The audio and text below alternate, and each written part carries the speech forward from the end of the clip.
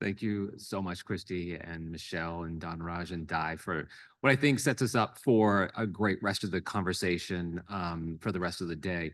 They talked about technology and how it impacts much of our own democracy, brought in elements of how all of this actually touches upon Arizona. And that's where we're headed now. We're going to be talking about Arizona. So I want to ask our panel to come on up. Today, we are going to be talking about sorry, which one am I talking about? The Arizona effect, Arizona's impact on American democracy. We have Don Wallace from the Flinn Foundation that's going to help moderate this discussion. We are also joined, and I'll let her introduce our distinguished panelists, who are all Arizona experts and who I've gotten to know a bit over the past couple of years. So I just want to thank all of them. But I just want to introduce Dawn. Dawn is the Vice President for Civic Leadership at the Flinn Foundation, where she oversees the Flinn Foundation's statewide civic leadership program that prepares emerging and established leaders to enter all levels of public service. Dawn is a public policy expert who has advised governors and guided policy development in the Arizona legislature for the past 2 decades. Over to you, Dawn. Thank you so much. Thank you so much, Paul. And I very much want to thank the McCain Institute for inviting me to moderate this very important conversation with these 3 esteemed panelists. So very similar to the last panel, where we'll make some introductions and have each of you make some opening remarks. And then I have a series of hard-hitting questions. Don's a little worried. He's already tried to tell me to go easy on him, but he's a former media guy and he should know better than to ask a reporter like to go easy on an interviewee. Anyway, well, I'd like to start by introducing at my far left, Supervisor Bill Gates, not that Bill Gates, but this Bill Gates. He likes to make that joke. And I think that in Arizona, we know exactly who you are, Supervisor. So he is currently County Supervisor for District 3 in Maricopa County, 4th largest county in the United States. Prior to the 2 terms that you've served as supervisor, he also served as city councilman, vice mayor for the city of Phoenix, practiced law in our great state for 25 years. Much to our collective disappointment, he is not running for office again. But understandably, the last 4 years have presented a series of challenges to our public servants that they probably didn't expect when they ran for office. This is not in his bio. This is Don Wallace speaking, but I think that we should all celebrate your courage and leadership and your steadfast commitment to protecting election integrity in our democratic institutions, and particularly in the face of opposition from your own party. And that should be celebrated and serve as an example to all of our public servants. So welcome to the panel, Supervisor Gates. Next to him is my new friend, Don Henninger. And he is the co-director of the Arizona Democracy Resilience Network, an initiative of the Carter Center. And their work is focused on the support of free, fair, and secure elections. His background is as a media executive and business leader, and it spans 35 years in Arizona, first as managing editor of the Phoenix Gazette and the Arizona Republic, followed by, I believe, about 14 years as the publisher of the Phoenix Business Journal. And his civic work is rooted very heavily in the city of Scottsdale, where he served on the Chamber of Commerce, worked as advisor to the community college system, and founder of the Coalition of Today and Tomorrow. And if you would like a little bit of his history, that gentleman is leaning against an old-fashioned newspaper dispenser that has the last edition of the Phoenix Gazette. And this wonderful man wrote the headline that says, "Adios, Phoenix." And we welcome you to the panel, Don.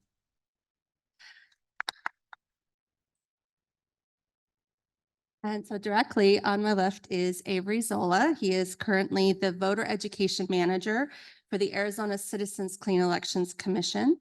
In his work, he's responsible for producing educational materials that are provided to the public on elections, administration, elections processes, elections, and how to vote, how to engage as a civic leader. He works in conjunction with other organizations to ensure that there is accurate info around our elections process. He began his work in the Secretary of State's office. He is a writer. He is a comic book artist. And if you've ever seen his work, I stand corrected. He is a comic writer, and it's delightful. And he's recently produced some work for young people in his attempt to get more of our youth engaged. He's near to dear to me because he is a Flinn Brown Fellow, one of 437 in the state that I'm particularly proud of. So let's welcome you to the panel, Avery. Nice to have you here. So we'll start with Supervisor Gates, if you'd like to make some opening remarks. Yeah, thanks so much, Dawn. Great to be here. Thank you to the McCain Institute and Cronkite School for sponsoring this event. I think it's an extremely important discussion for us to be having. As was said earlier, we have been the center of sort of the elections universe here over the past few cycles.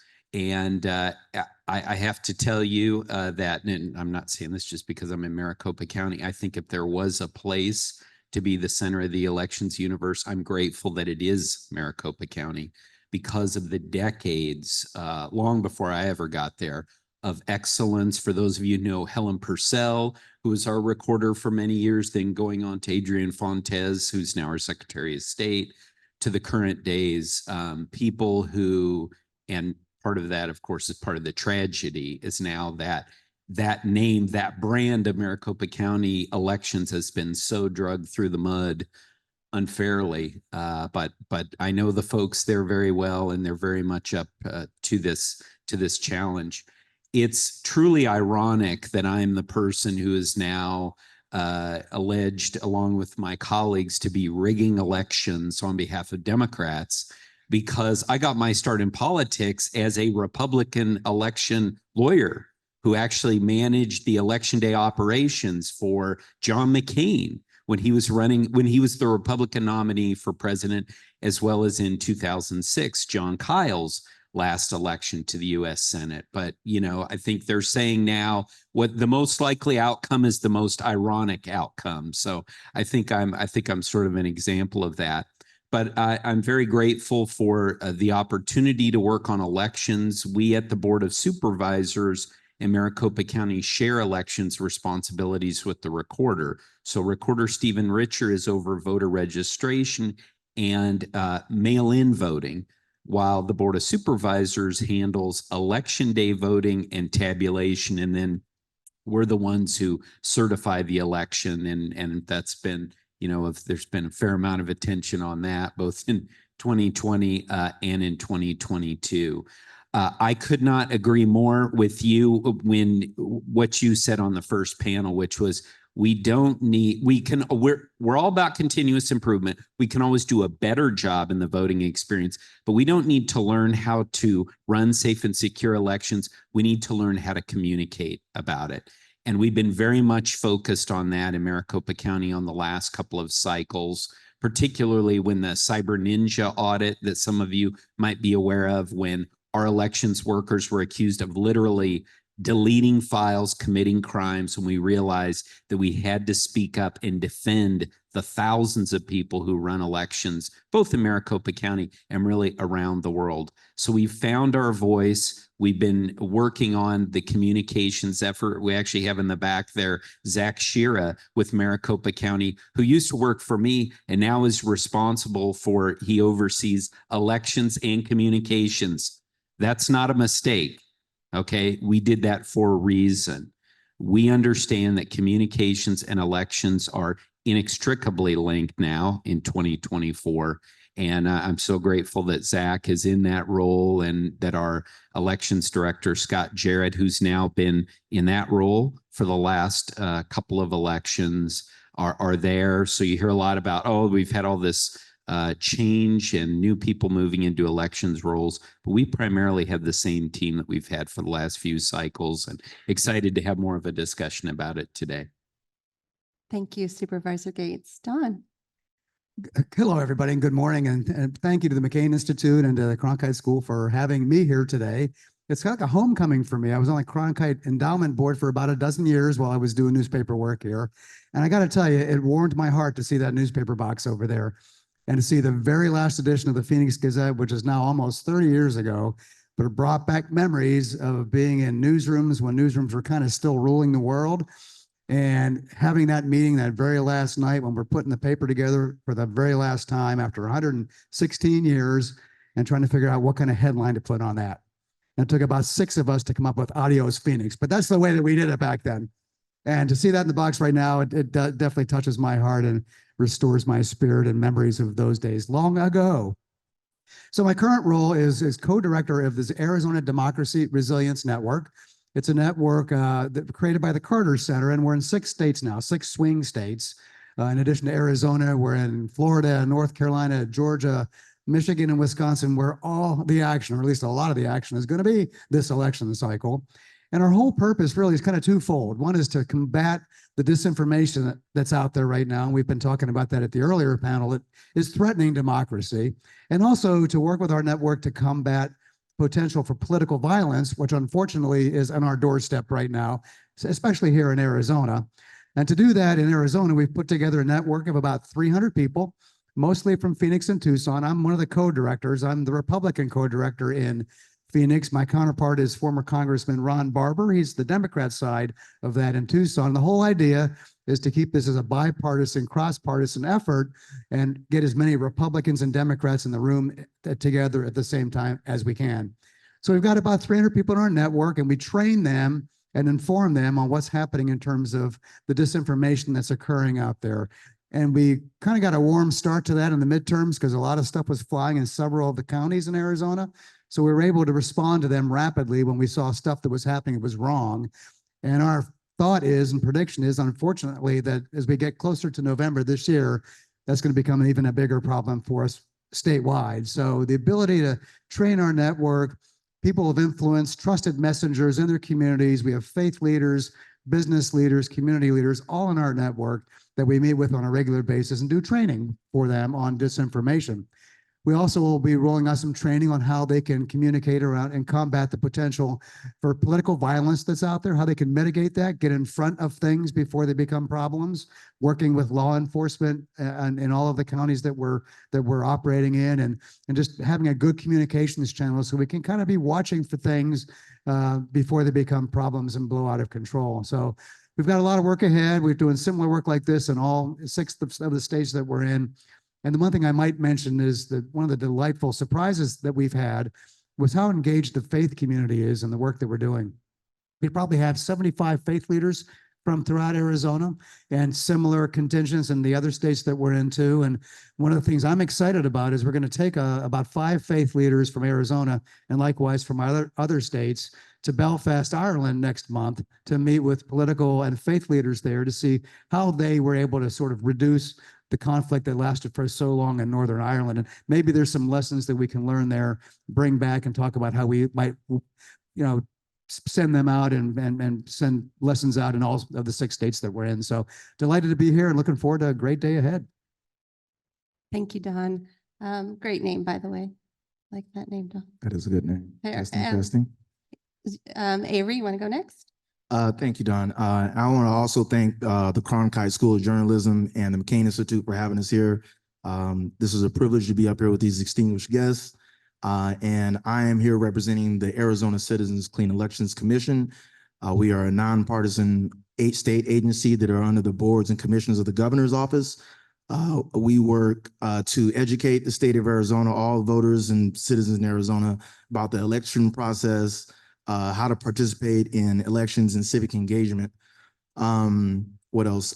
We were started actually by a ballot initiative in 1998. So we're truly like by the people and for the people.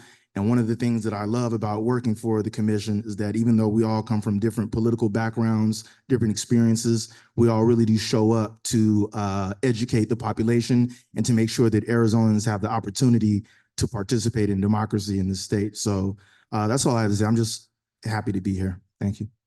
Great. Well, let's level set a little bit and let's talk about why Arizona is unique. This is a question for the entire panel. We'll start with you, Don, go to Supervisor Gates, and then Avery. How has Arizona's sort of unique political landscape affected and influenced national elections? And then the broader sort of civil discourse in the country. Well, it was mentioned in the earlier panel, I think by Diana, that said all eyes are on Arizona, and in particular, all eyes on Maricopa County even. And some of the polling that's been done across the country shows that people tend to trust election officials in their own areas, their local election officials, but they don't trust things outside of their own areas. And so I think from a standpoint of the national spotlight on Maricopa and Arizona, that will be hot and heavy this election season. So not that there's any pressure out there, but I mean, that's one reason why there's so much attention here. Plus, we're a swing state. We're a state that's going to have a Senate seat open. So we're going to have a new senator on board this year. And we've got lively congressional races going on as well. So we can have an impact on the future makeup of Congress. And the other thing I might mention is the whole idea, particularly this week with some of the things that came out of the court ruling today, as we turn more and more purple and perhaps blue. There's a lot of Republicans in Arizona that have moderated and become sort of what we call McCain Republicans versus MAGA Republicans. It's almost a three-party system here with Democrats, McCain Republicans, and MAGA Republicans with independents. And the question I think everybody's watching moving forward is, what are the McCain Republicans going to do this year?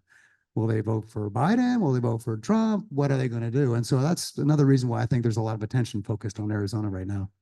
So Supervisor Gates, you've had a very unique lens into our changing political landscape here in Arizona over the last decade. What's your opinion about how we've sort of become more of a player on the national scale? Yeah, so I mean, it makes perfect sense. You go to where the votes are, and we are sort of the ultimate, maybe along with Georgia and Pennsylvania, the ultimate swing state. Then you go within the ultimate swing state, you have the ultimate swing county. We're pretty much a third in Maricopa County, and we're over 60% of the votes in the ultimate swing state. Then on top of that, you have this fascinating political culture, right? A political culture that generates, on one hand, John McCain, Kyrsten Sinema, the Republicans of Maricopa County who kind of who are bucking the rest of the national Republican Party. But then you also have Joe Arpaio.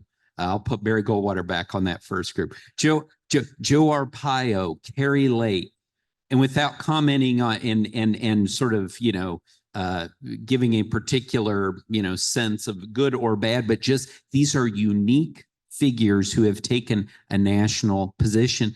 And back to John McCain, that maverick view of Arizona. You throw it all in the mix, and this is why, yes, the eyes of the United States, but literally the eyes of the world. I mean, I cannot believe how many international reporters, I had the opportunity to speak with in 2022, a midterm election. So I see that not changing in any way, just the dynamics of the U.S. Senate race and the presidential race. But then you throw on top of that potentially a top two initiative being on the ballot, which could really transform Arizona politics in many ways that the clean elections did when it was passed in 1998. And then you add on top of that, of course, the ruling of the Arizona Supreme Court on abortion this week. And it's like, is this for real? Is this like out of an episode of Succession? This is the world that we're living in right now. And we just have to accept that. It's going to happen, and we have to prepare. And fortunately, there's a lot of people across the state who are preparing for just that. So Avery, you do a lot of work with civic organizations, community organizations, grassroots work. Does the tone of the electorate align to sort of the perception of Arizona's political landscape? I would say yes, and the reason I say that is because I'm a native Arizonan, and the older I've gotten, the more I notice that when I meet someone, they're not from Arizona.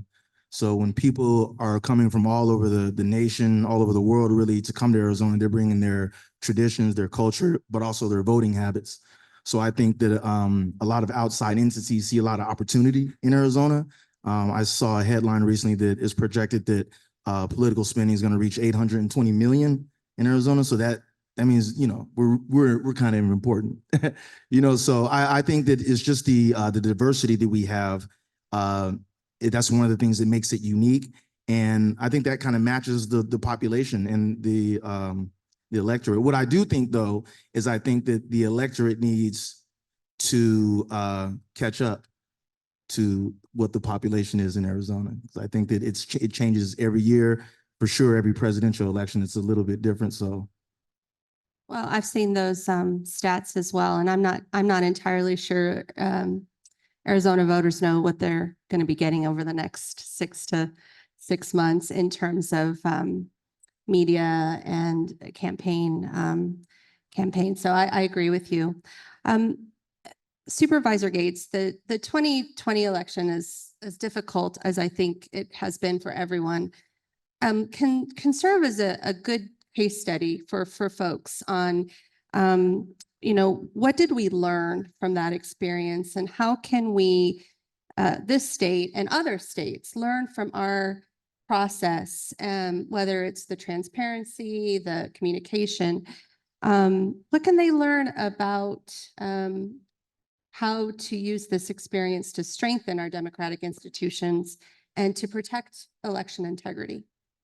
Well, great question. If you don't mind, I'd like to add the 22 election cycle as well, because I think you put there's different lessons from both, but I would be remiss if I didn't mention, I know in the first panel, there was a lot of talk about sort of the deterioration of local journalism and all that. I'm here to give tremendous kudos to local journalists the last 4 years as it relates to elections. They have done an incredible job of getting the word out with respect to that certification in 2020, pushing back on the Cyber Ninja audit. I mean, they literally exposed it for what it was. Without them getting involved, there's no way that people would, you know, be able to fully understand what that was. It was neither an audit, it was not impartial, and we now know that because of local journalism. And moving on into 2022, and in fact, a lot of those people have now moved on, you know, to the national level, where they are now known as experts in covering democracy. So that has been one of the things. And I, you know, I make this joke in Republican school, they teach us not to talk to the media, right? They teach us to be very cynical of the media. And all of my colleagues at Maricopa County and I have learned that over the past few years, that you need to work with the media. You need to help them understand what they're covering. And because of that, that has been a big benefit. Most certainly communications, as we've talked about before. At Maricopa County, we were kind of known before 2020 as like a really important level of government that nobody knew anything about.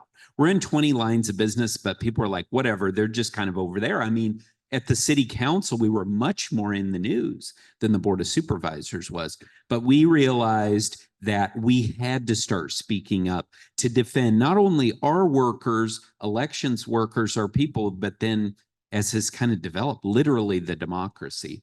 So we, in that 2022, because again, 2020, I've used the Super Bowl analogy. 2020 election was Super Bowl I, 2022 was Super Bowl II, and 2024 is going to be Super Bowl III. The problem was nobody knew it was Super Bowl I when it was, right, until it had sort of come to it. We're waking up to this, realizing it. So over time, once we got to that 2022 election, we did over 15 press conferences, along with Recorder Richer, along with Sheriff Penzone, as election security became more of an issue, to get the word out, starting to pre-bunk. And this is something that I think people across the country who are in elections yeah, we need to debunk, but we need to pre-bunk because we know what's coming at us. We know the conspiracy theories are out there. So, hey guys, guess what? This is going to come 2 days after the election. You're going to hear this, So I think we learned a lot about that. But then also we did learn a lot about the running of the elections themselves. It's been well reported that we had issues with some of our printers in the 2022 election. So as a result of that, we have done a number of things. Number one, we spent $9 million at the Board of Supervisors to bring in new printers so that we don't see a repeat of that. Another one of the issues that people have talked about a lot is how long it takes to report election results. So a couple of things on that. First of all, it's taking the same amount of time that it always has. The issue is we didn't have elections so close, say a decade ago. So the networks were calling these races the night of the election. Now these races are so close that it takes several days. And you ask me, I'm always going to pick accuracy over speed when it comes to elections. And so we've had to educate people on that. We're going to continue to educate them. But there are certain things that we can do at Maricopa County to speed things up a little bit and remaining, very accurate. So we've added more high-speed tabulators. We've also expanded our tabulation center to be able to get more folks in the building to get the work done just a little bit quicker. But we understand that when we get to 2024, if Fox News can't call Arizona on election night for one of the presidential candidates, the conspiracy theories are going to start. So that's where I would ask, all of you who are knowledgeable about this, speak to your neighbors, get on social media if you have the stomach for it, and explain to people, this is how it's always been in Arizona. These races are close. Give the folks time, to come out with the decision. And the final thing too, from lessons certainly that we've learned here in Maricopa County, unfortunately, is that the people who are running elections, they're not faceless bureaucrats. There are neighbors, there are aunts, there are uncles, and they're humans with human emotions. And there is a human toll that has been paid by many of us. And so we've got to be sensitive to the mental health of those government workers in general, because government workers, unfortunately, have been attacked for decades by some in our politics, but particularly elections workers, and being sensitive to that and talking about it. We all have to talk about it. This is wrong. It is wrong that people have been treated the way that they have, and that we need to protect folks. We need to support them just the same way that we support, rightfully so, those in law enforcement, our firefighters. We need to stand in support of those who are in elections. And I know I'm preaching the choir here, and it's been very gratifying to see a lot of people raise their voices in support of people who are in elections across the country. There have been some casualties, though, of this in terms of we've lost some good election administrators who've just decided that there's maybe an easier career path for them. But I do agree with you that we have seen an upswing in our leaders saying, let's be protective of our election workers, our poll workers, our public servants. And I think that's the sort of beacon of hope that comes out of this. I want to talk a little bit about this sort of ever-changing political landscape. I mean, some people are emphatic that we're going purple. Some people are emphatic that we're still solidly red. And some are very emphatic that we are going to be blue pretty soon. I wonder if we could deeper dive into why people think that. And I think that some of that comes from our ever-changing demographic diversity. So this is a question for the panel. How do you think that our changing demographics is actually contributing to the change in our political dynamics in what we've now become a swing state, and how we might change in the next 5 to 10 years as, in terms of political identity? I'll take this. What I would say is that, as you notice, as we become more diverse, more cultures are in the legislature, I think that it's been much more contentious, because before you just had, a bunch of, white males, hetero white males in there debating on issues. Now you may have people from different cultural backgrounds, different religions, women, gay, lesbian. So I think there's a lot more things to deal with in the, in the atmosphere, so to speak. So I think that lends itself. And I also think that you have much more Latinos, you have much more African Americans, you have much more Native Americans that are participating in politics. So that in and of itself is going to change the discussion, right? So I think that on the national level, that's going to push up tribal sovereign rights, Hispanic issues, and even African American and Asian issues to the national level because of the importance of Arizona and its demographic. Not to mention that for any pollsters, Arizona is a great place to do a poll because of all of our demographic trends and things like that. So, Don? I'll take a shot at that as well, but just for a quick sidebar, Bill, and I totally agree with your congratulations to the local media for the way they covered and continue to cover it. But I also want to give a shout out to you. You were accessible, you worked hard, you were always available to people because I watched you in action. And your work in that was amazing and was one of the reasons that they were able to do their job so well. So kudos to you as well. Avery, you mentioned before about growth in Maricopa County. I think that's another issue that we have here. Tremendous growth. We've been growing probably as the fastest number one or two or three county for the past 3 decades. So that's continued. And probably right now, I think we're the fastest growing county in the country.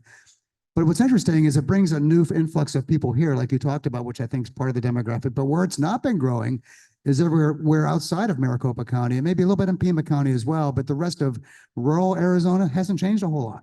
And it's more Republican. It tends to be more radical Republican.